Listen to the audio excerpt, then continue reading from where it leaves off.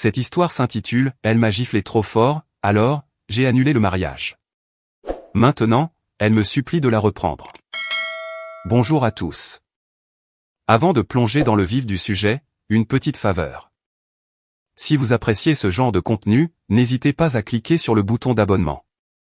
C'est gratuit, cela soutient la chaîne, et cela vous assure de ne jamais manquer nos superbes vidéos. Très bien, commençons. Salut les gars. Alors, j'ai gardé ça pour moi pendant un moment, en essayant de comprendre tout ce qui s'est passé. Honnêtement, je ne suis pas du genre à publier des choses aussi personnelles, mais je ressens le besoin de vider mon sac. Cela fait quelques semaines que tout ça a éclaté. Et, même si je sais que j'ai pris la bonne décision, cela me semble toujours irréel. J'étais fiancé à quelqu'un, avec qui je pensais passer le reste de ma vie, mais une seule nuit a tout changé. Laissez-moi vous expliquer. Je m'appelle Adam. J'ai 29 ans, et je travaille dans l'informatique. J'ai toujours été plutôt détendu, peut-être même un peu trop. Donc, je n'aime pas les drames, ni faire toute une histoire pour des riens. Je préfère de loin discuter des problèmes, et passer à autre chose. Vous savez, Kendra, mon ex-fiancée, était tout le contraire. Elle a 27 ans, travaille dans le marketing, et c'est le genre de personne qui se nourrit d'énergie. Elle est charismatique, super extravertie, et elle adore être au centre de l'attention. Quand nous nous sommes mis ensemble, sa personnalité de feu était l'une des choses que j'aimais le plus chez elle. Elle était passionnée, déterminée, et elle avait cette confiance en elle, qui vous faisait croire qu'elle pouvait conquérir le monde. Au fil du temps, cependant, j'ai commencé à remarquer que sa passion franchissait parfois la limite, pour devenir de l'entêtement. Il y avait de petits signaux d'alarme que j'ai ignorés. Comme la fois où nous sommes allés à un dîner avec mes collègues, et où elle a fait un commentaire sur le fait que j'aurais pu mieux m'habiller, devant tout le monde, en riant comme si c'était une blague. Ou encore, la façon dont elle devait toujours choisir le restaurant, quand nous sortions. Et si je suggérais quelque chose de différent, elle levait les yeux au ciel, ou bien elle disait, « Eh bien, je suppose que tu t'en fiches de savoir si j'apprécie mon dîner. » Au début, je pensais qu'elle était simplement exigeante. Mais j'ai commencé à avoir l'impression que les choses devaient toujours se passer à sa manière. Ainsi, il est devenu évident que, si elle voulait quelque chose, elle ne reculerait pas avant de l'avoir obtenu. J'ai balayé ça d'un revers de main la plupart du temps, parce que, après tout, personne n'est parfait. Avance rapide de 4 ans, et nous sommes fiancés. L'organisation du mariage a été intense, c'est le moins qu'on puisse dire. Kendra voulait ce mariage immense, digne de Pinterest, avec plus de 200 invités, un lieu de réception sophistiqué, et Dieu sait combien d'arrangements floraux. Moi, de mon côté, je voulais quelque chose de plus petit, d'intime, et de gérable. Nous ne roulions pas sur l'or, et je ne voyais pas l'intérêt de dilapider nos économies, pour une seule journée. Mais, à chaque fois que je faisais part de mes inquiétudes, cela se transformait en dispute.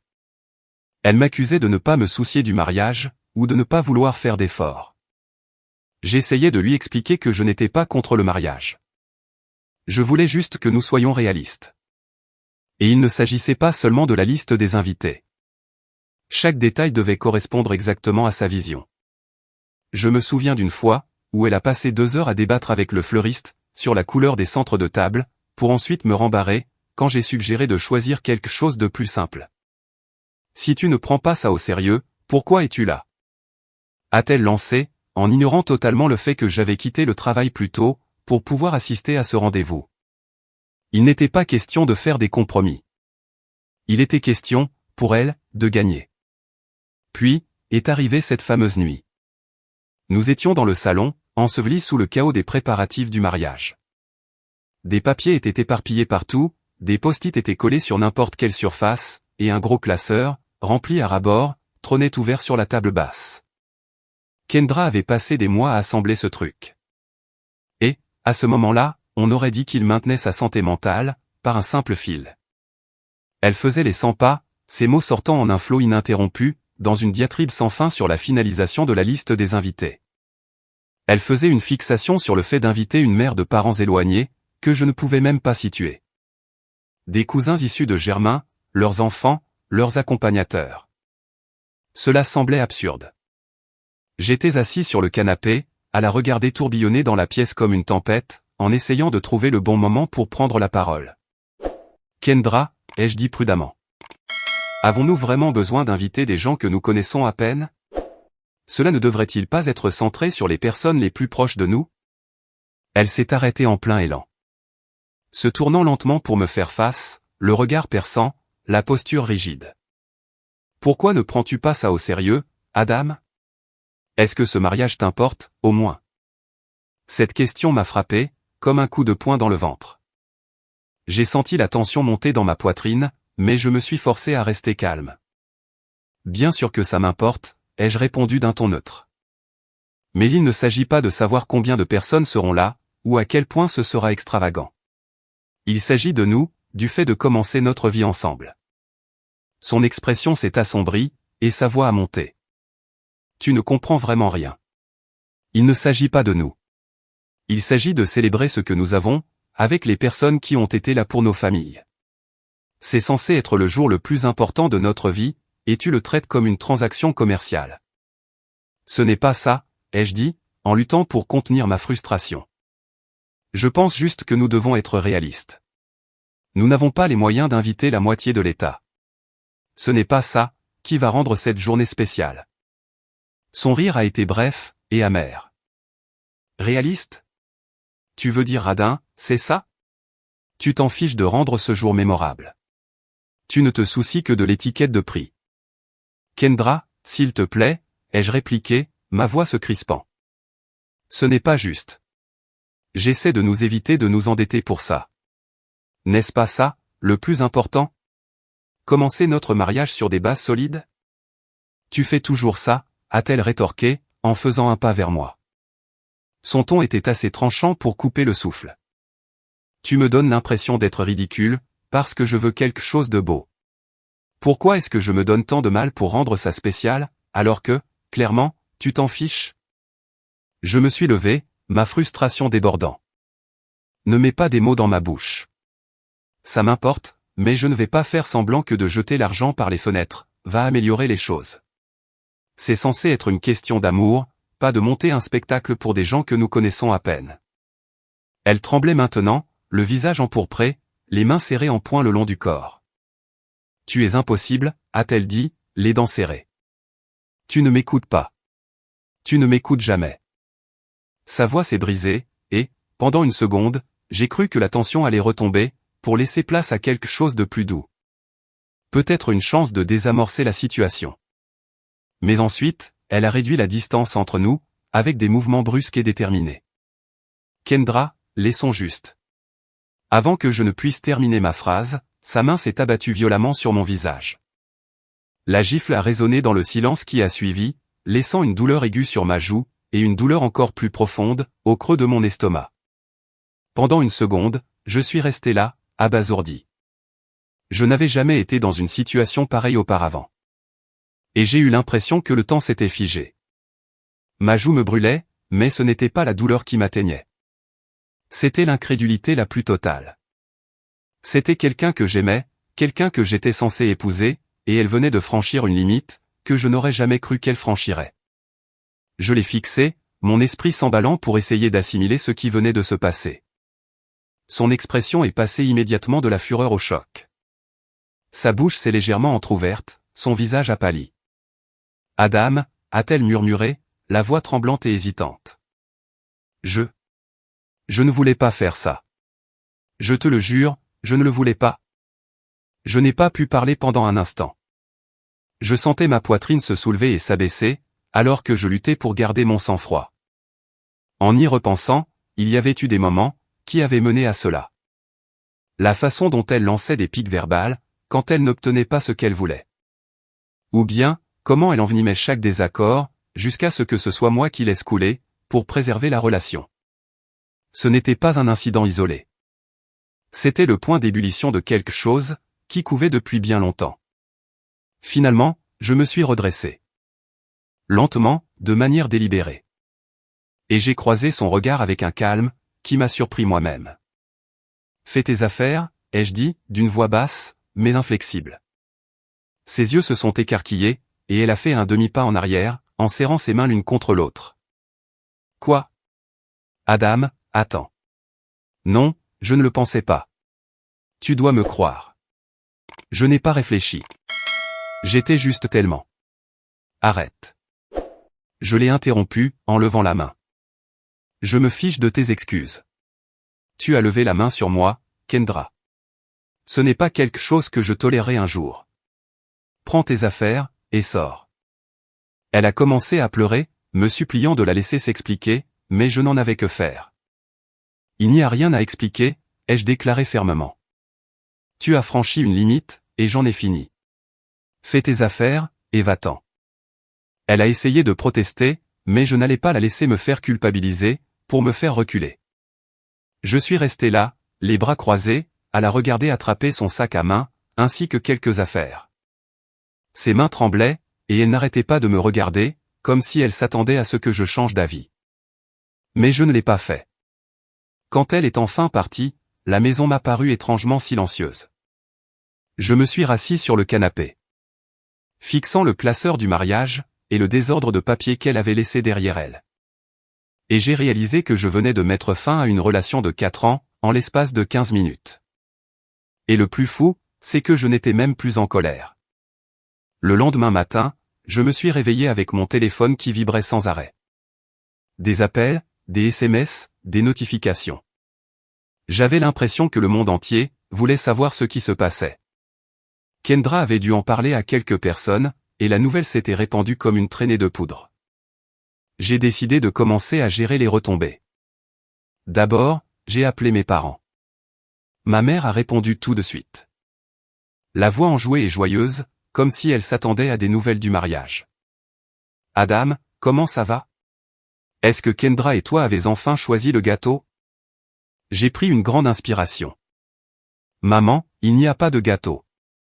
Il n'y a pas de mariage. J'ai tout annulé. Elle n'a rien dit. Pendant un instant, j'ai cru que la communication avait été coupée. Puis, elle a lâché, tu as fait quoi? Sur ce ton, que seule une mère s'est adoptée. Un mélange égal de choc et de déception. Écoute, c'est une longue histoire, ai-je répondu. Mais c'est fini. Kendra a quitté la maison, et j'annule le mariage. Elle ne l'a pas très bien pris. Adam, c'est une affaire énorme. Les gens s'attendent à un mariage. Te rends-tu compte à quel point ce sera embarrassant, pour toutes les personnes impliquées? Maman, les jeux coupés. Elle a franchi la ligne. Un nouveau silence. Puis, elle s'est adoucie. Oh, mon chéri. Est-ce que ça va? Je vais bien, ai-je répliqué. Mais je n'épouserai pas quelqu'un qui pense que ce genre de comportement est acceptable. Cela a semblé faire un déclic, pour elle. Elle a poussé un long soupir, et a dit, je comprends. Ça ne me plaît pas, mais je comprends. Je vais le dire à ton père.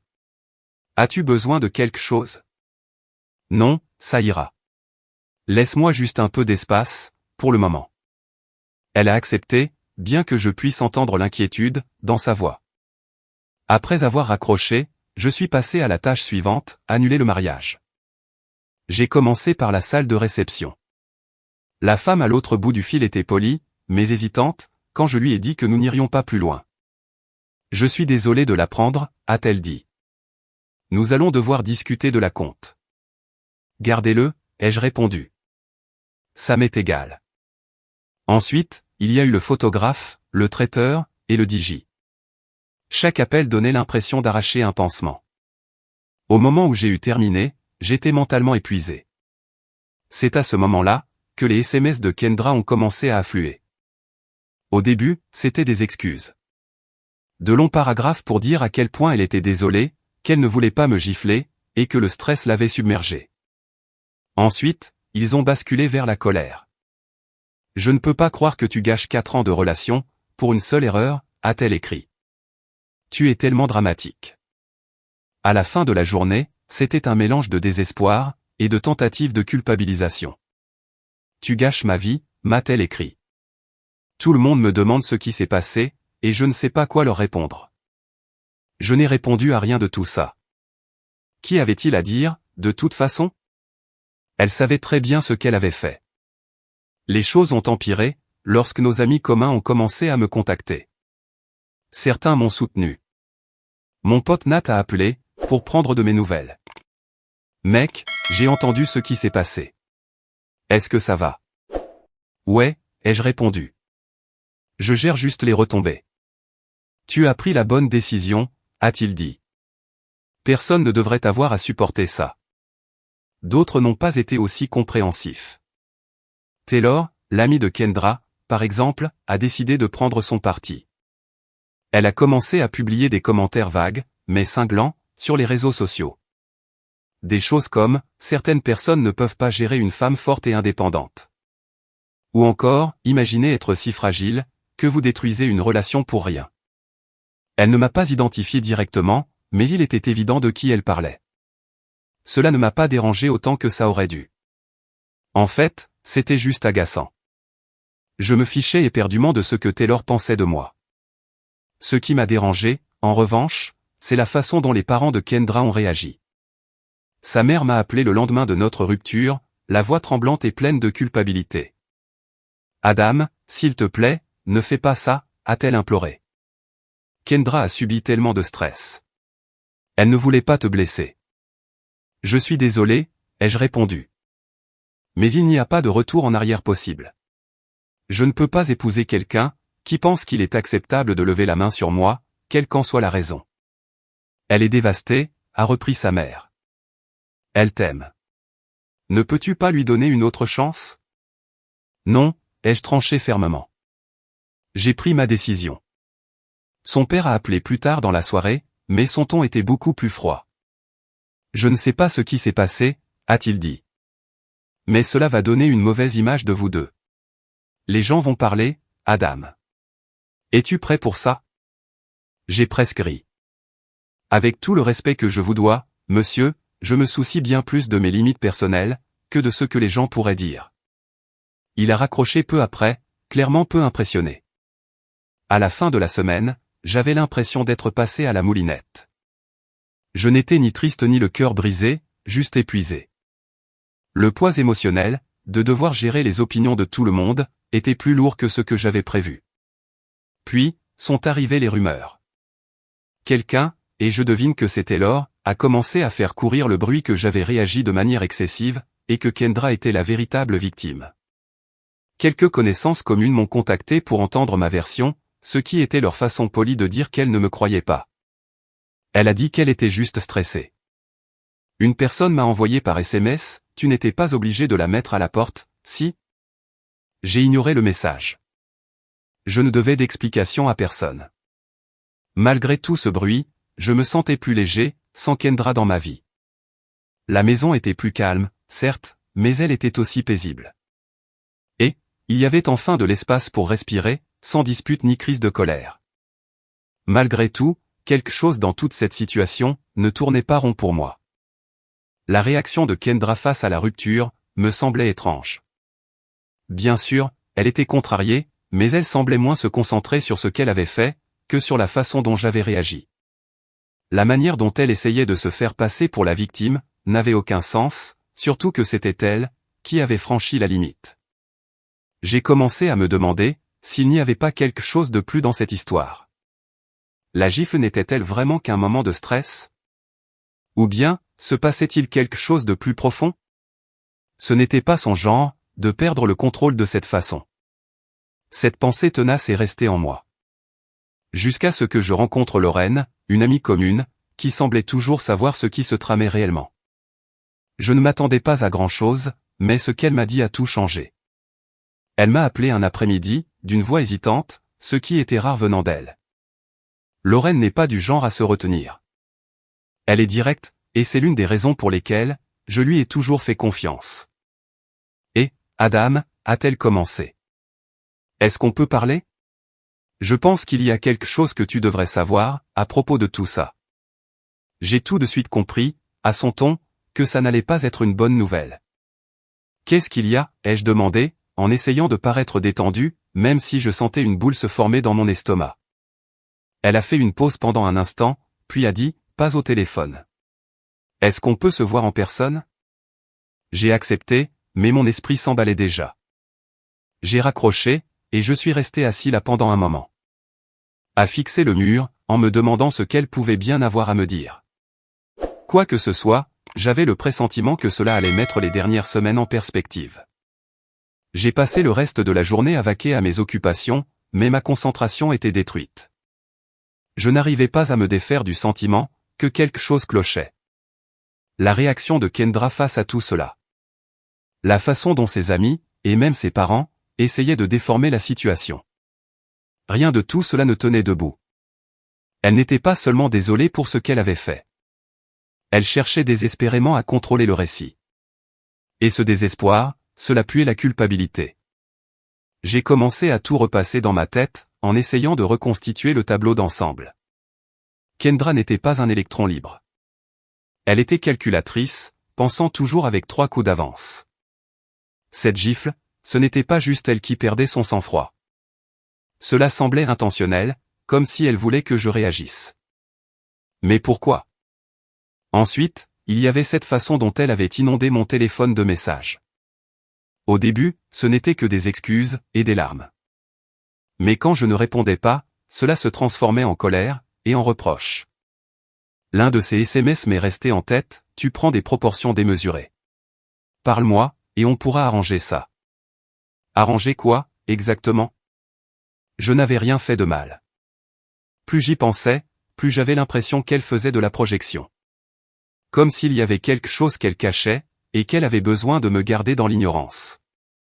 Au moment où j'ai retrouvé Lorraine, j'étais prêt à obtenir des réponses. Nous nous sommes retrouvés dans un petit café du centre-ville, un de ces endroits toujours bondés, mais qui parvient curieusement à rester intime. Lorraine était déjà là quand je suis arrivé, assise dans une banquette d'angle, avec un café devant elle. Elle a levé les yeux quand je suis entré, et l'expression sur son visage m'a dit tout ce que j'avais besoin de savoir. Ça n'allait pas être une conversation banale. Je me suis glissé sur la banquette en face d'elle, et je lui ai fait un signe de tête. D'accord, Lorraine, crache le morceau. Elle a hésité, ce qui ne lui ressemblait pas. Écoute, a-t-elle dit. Je ne voulais pas m'en mêler, mais après tout ce qui s'est passé, je sens que tu dois savoir. Savoir quoi, ai-je demandé, en m'adossant à mon siège, et en croisant les bras. Elle a soupiré. C'est à propos de Kendra, et de Chase. Entendre ce nom a fait se crisper ma mâchoire. Chase. Encore ce type.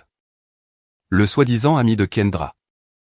J'avais déjà entendu parler de lui, toujours en passant, comme s'il n'avait aucune importance. Mais la façon dont elle l'a mentionné à ce moment-là, m'a tordu l'estomac. Je n'ai jamais aimé l'idée qu'elle ait des amis garçons. Non pas parce que je ne lui fais pas confiance, mais parce que je sais comment pensent les mecs. Et Chase? Ouais, j'avais le pressentiment qu'il n'était pas juste un pote inoffensif.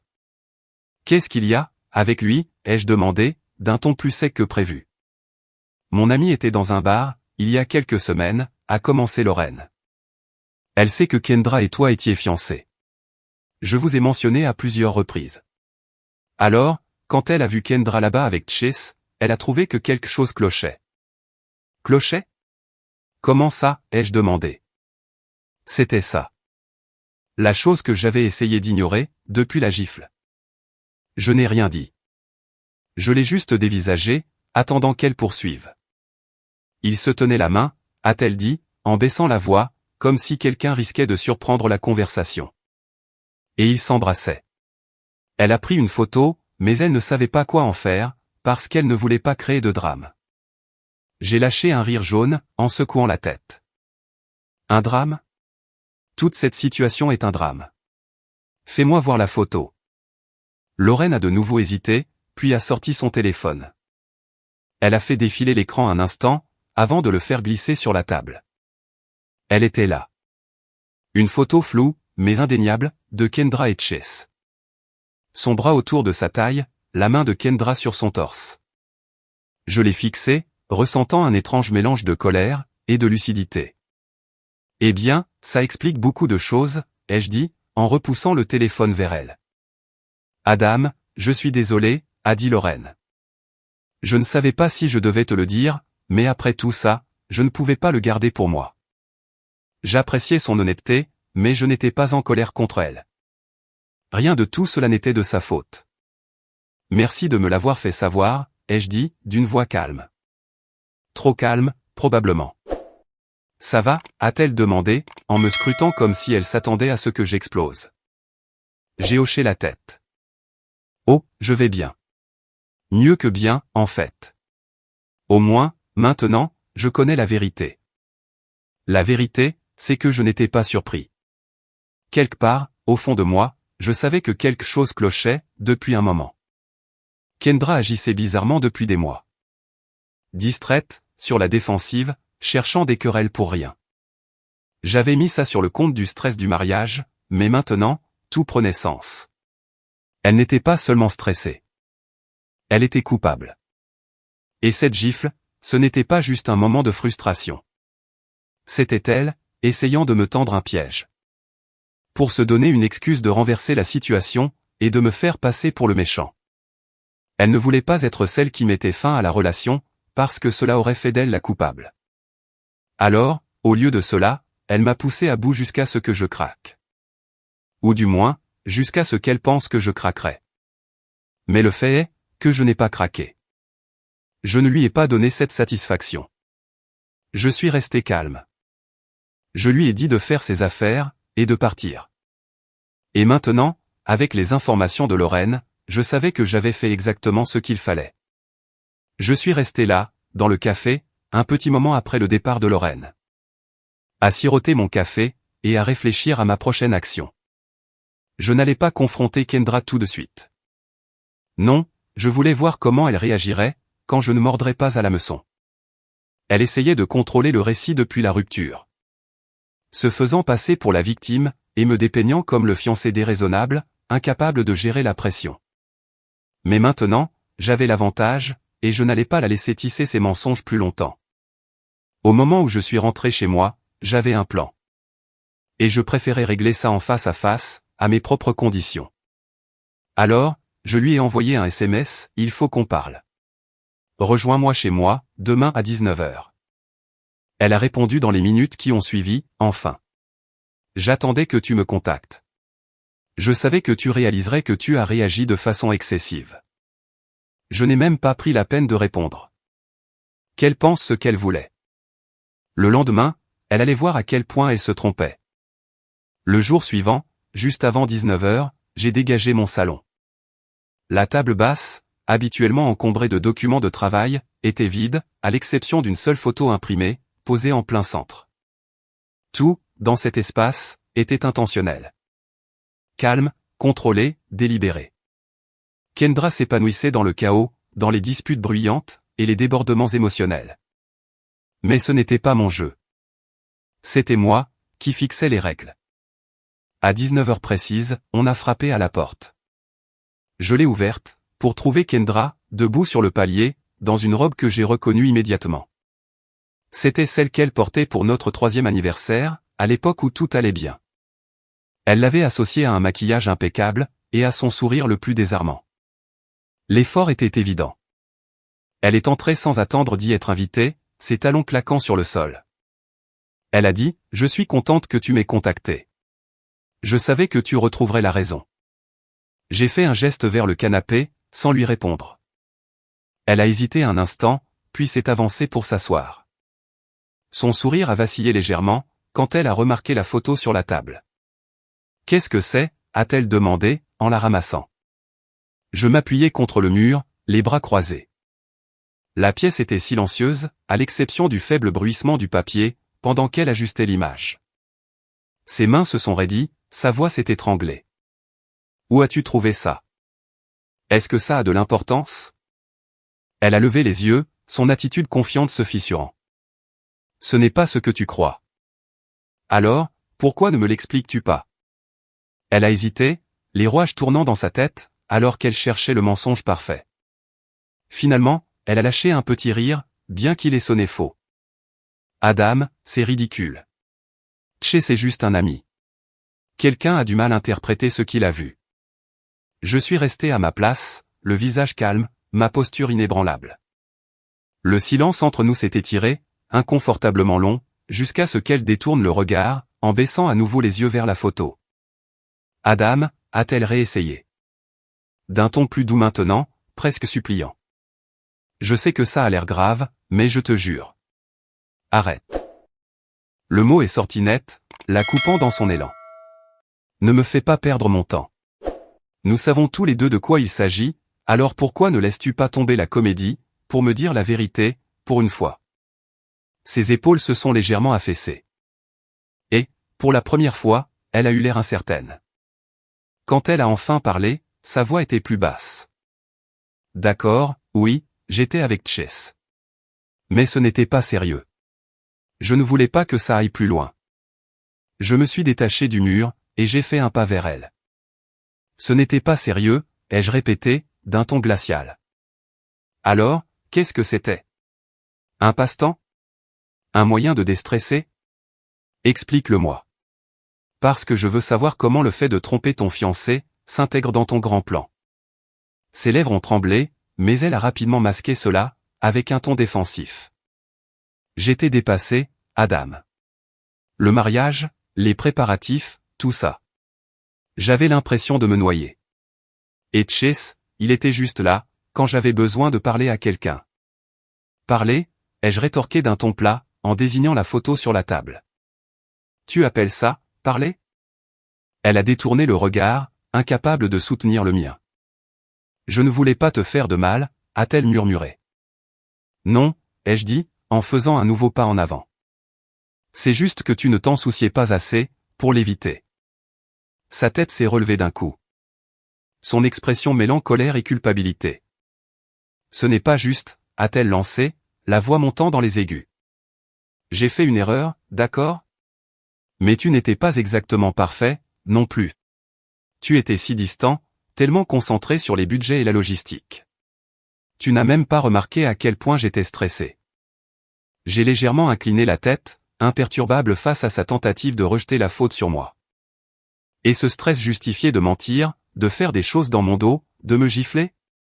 Son visage est devenu écarlate, et elle a ouvert la bouche pour répondre. Mais aucun mot n'est sorti. Elle n'était pas habituée à être confrontée de la sorte. À n'avoir aucune marge de manœuvre, pour se sortir de l'impasse dans laquelle elle s'était elle-même fourrée. Je comprends, maintenant, ai-je poursuivi. La gifle n'était pas seulement un moment de colère, n'est-ce pas? Tu voulais que je réagisse. Tu voulais une excuse pour mettre fin à tout ça, sans avoir à assumer la responsabilité de quoi que ce soit. Est-ce que je me trompe? Son silence en disait long.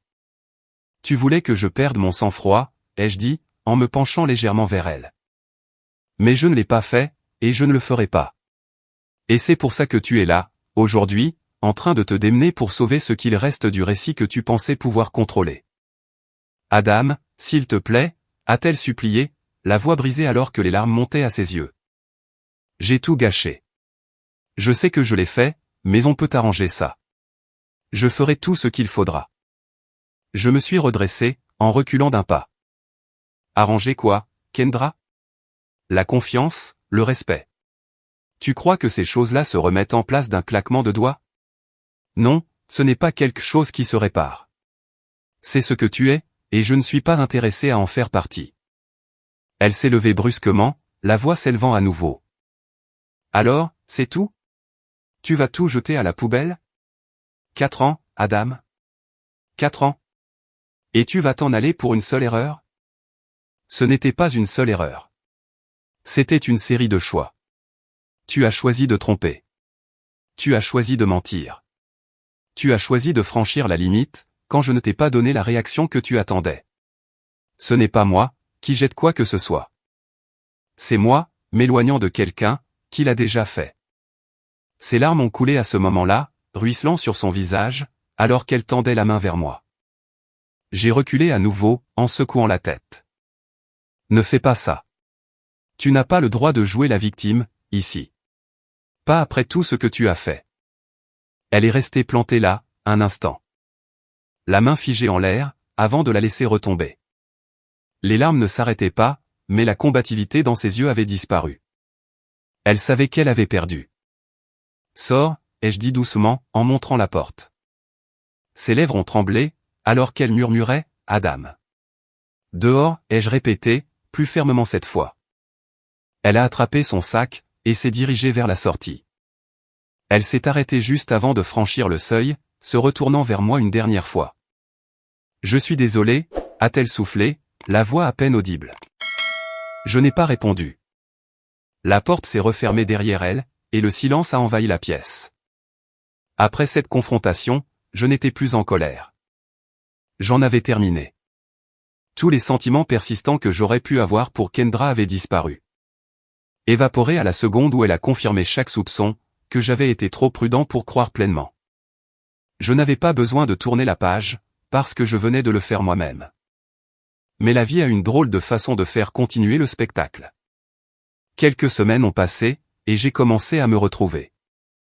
La maison m'appartenait à nouveau. Pas seulement physiquement, mais émotionnellement. Elle était plus calme, plus propre, et surtout, paisible.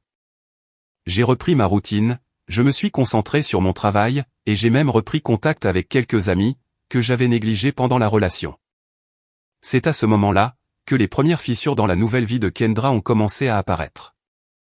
Je n'avais pas beaucoup entendu parler d'elle depuis son départ, et je ne cherchais pas activement à avoir de ses nouvelles. Mais les amis communs ont le don de vous tenir au courant, que vous le vouliez ou non. Nat, mon meilleur ami et un véritable coffre-fort d'informations, m'a appelé un soir, avec ce ton qu'il prend quand il essaie de ne pas rire trop fort. Mon frère, a-t-il dit, contenant à grand-peine son hilarité. Tu ne vas jamais croire ça. Quoi, ai-je demandé, me préparant déjà à entendre quelque chose de ridicule. Kendra a emménagé avec Chase. J'ai haussé un sourcil, en m'adossant à ma chaise. Et il l'a largué, violemment. Là, il avait capté mon attention. Comment ça, il l'a largué? Je veux dire, il l'a mise à la porte, Adam, a précisé Nat, s'amusant clairement de la situation. Apparemment, elle habite chez ses parents, depuis. Le bruit court qu'il l'a surprise en train de le tromper, lui aussi. Je n'ai pas pu m'en empêcher, j'ai éclaté de rire. Pas juste un petit gloussement, mais un rire à en perdre le souffle. Le karma n'agit pas toujours rapidement, mais quand il le fait, c'est d'une beauté poétique. Attends, ai-je repris, toujours souriant. Elle a trompé Chase avec qui? Un gars de sa salle de sport, a répondu Nat. Apparemment, ils couchaient ensemble depuis des semaines. Chase l'a découvert, et a jeté ses affaires sur la pelouse. Un de ses voisins a filmé la scène, et l'a posté en ligne.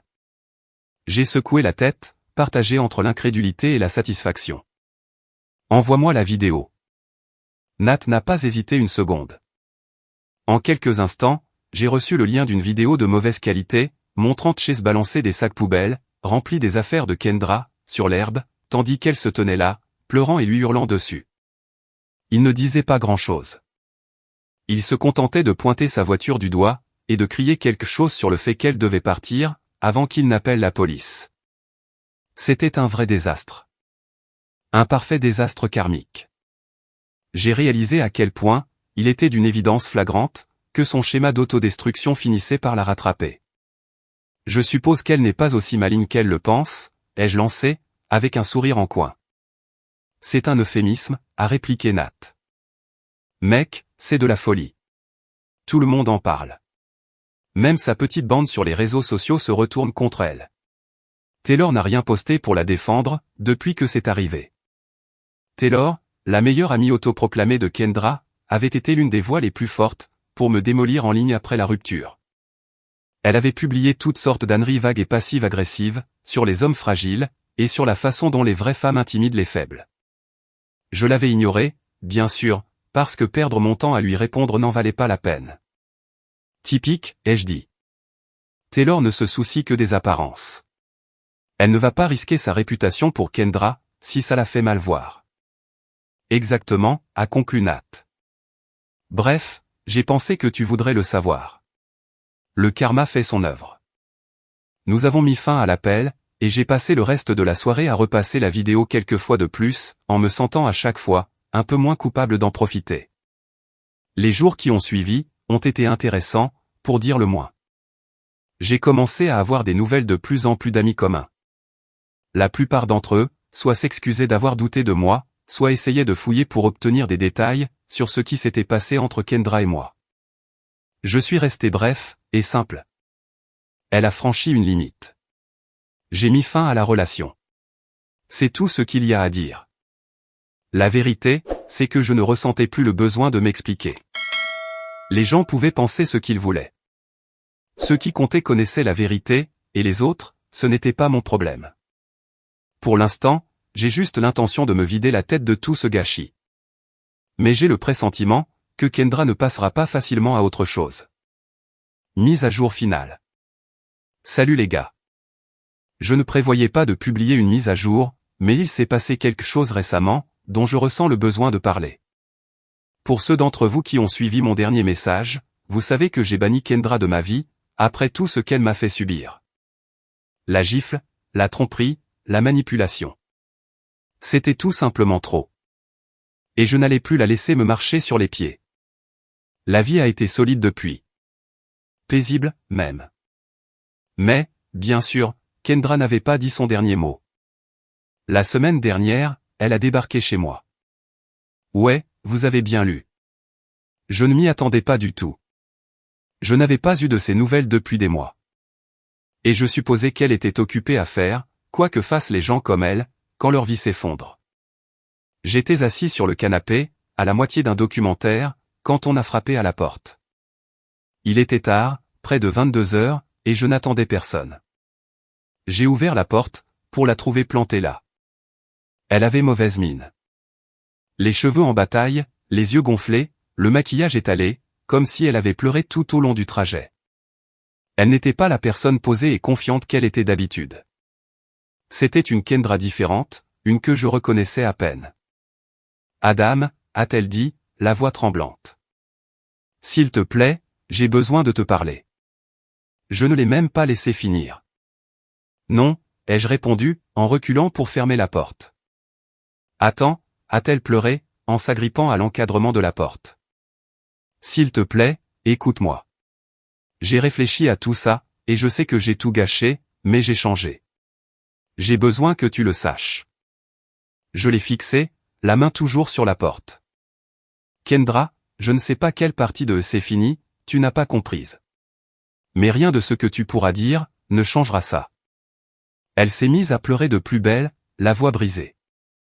Je sais que je t'ai blessé, d'accord? Je sais que j'ai merdé. Mais j'ai commencé une thérapie, je tiens un journal, je travaille sur moi-même.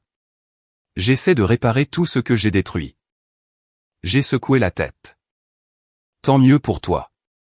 Mais ce n'est plus mon problème, désormais. Ces larmes n'ont pas cessé. Adam, s'il te plaît. Je t'aime.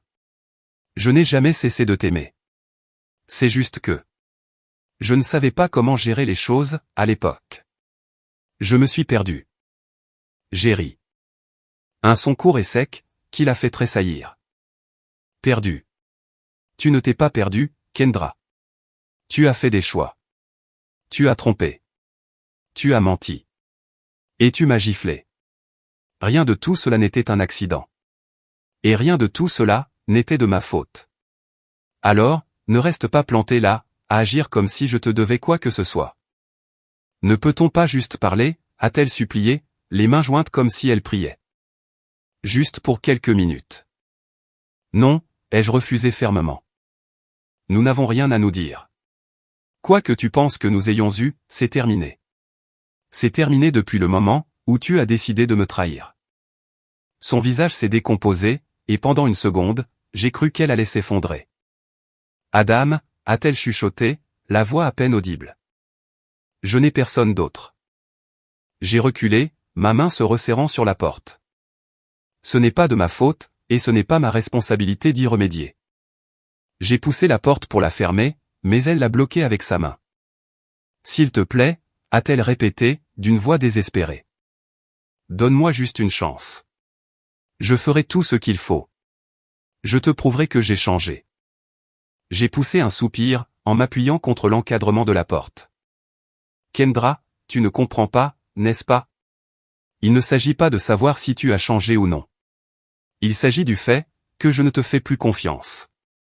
Tu as brisé quelque chose qui ne peut plus être réparé. Et aucune thérapie, aucune promesse, ne pourra y changer quoi que ce soit. Sa main est retombée, et elle a reculé, les épaules affaissées. Pendant un instant, elle est restée là, le regard fixé sur le sol.